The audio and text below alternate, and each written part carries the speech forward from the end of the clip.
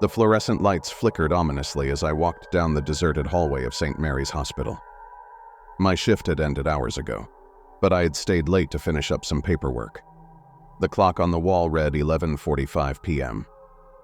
As I passed by the rooms, I could feel the eerie stillness that only a hospital at night can possess. Shadows danced on the walls, and the only sound was the echo of my footsteps on the cold, sterile floor. I reached the elevator and pressed the button for the ground floor. The doors creaked open and I stepped inside, feeling a sudden chill. The elevator music did little to ease my growing unease. As the elevator descended, it jolted suddenly, causing the lights to flicker and my heart to race. I held my breath, half expecting the elevator to get stuck, but it continued its slow, shaky descent until the doors finally opened. I stepped out into the empty parking lot, the cold night air biting at my skin. My car was the only one left, parked under a flickering street lamp. The silence was oppressive, broken only by the distant hum of the city. As I walked towards my car, I couldn't shake the feeling that I was being watched. I quickened my pace, my breath visible in the chilly air, and reached my car, fumbling with the keys. I finally managed to start the car and drove out of the parking lot, trying to shake off the feeling of unease.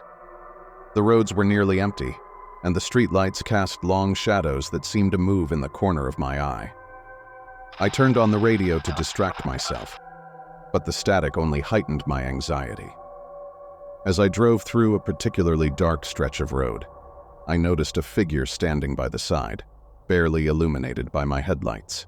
The figure was a woman in a white dress, her hair hanging limply over her face. I slowed down, unsure if she needed help. But as I got closer, she looked up, and I saw her eyes. Dark, hollow, and haunting. A shiver ran down my spine as I sped past her, not daring to look back. My heart pounded in my chest, and I kept glancing in the rearview mirror, half expecting to see her standing in the middle of the road. I finally reached my house, my hands trembling as I unlocked the door. I stepped inside, locking it behind me, and leaned against it, trying to calm my racing heart. The house was dark and quiet, but it felt different tonight, like something was off. I switched on the lights and checked every room, but nothing seemed out of place. Trying to shake off the lingering fear, I headed to the kitchen for a glass of water. As I drank the water, I caught a glimpse of movement in the corner of my eye. I turned slowly, my blood running cold. There, standing at the edge of the living room, was the woman from the road. Her dark eyes locked onto mine, and a twisted smile spread across her face. Before I could react, she whispered, "I've been waiting for you." The lights flickered, and in that moment of darkness, she was gone. But the terror remained, knowing she could come back at any time.